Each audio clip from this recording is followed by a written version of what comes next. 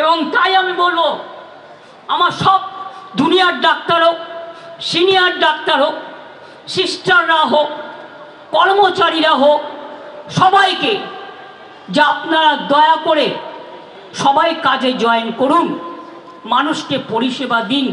গরিব মানুষ সবসময় প্রাইভেট হাসপাতালে যেতে পারে না, তবুও তাদের 5 লাখ টাকা করে স্বাস্থ্যসাথীর কার্ড আছে। গরিব মানুষ বিনা পয়সায় চিকিৎসা পায় সরকারি হাসপাতালে।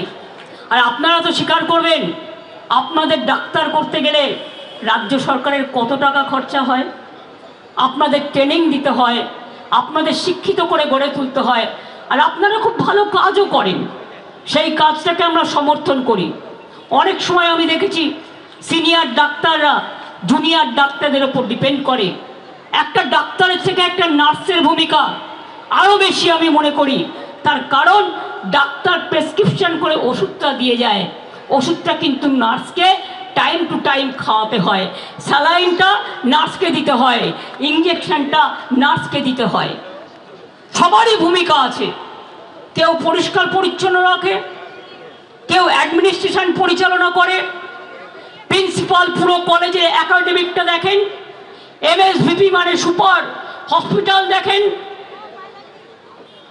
যিনি প্রিন্সিপাল ওভারঅল চার্জে থাকেন, HOD head of the department, এক একটা ডিপার্টমেন্টের হেডে যিনি থাকেন তিনি সবটা দেখেন সেই ডিপার্টমেন্টের। এছাড়াও মনে রাখবেন অন্যান্যরাও আছে, সিস্টারদেরও মাথার ওপর একটা ইনচার্জ আছে।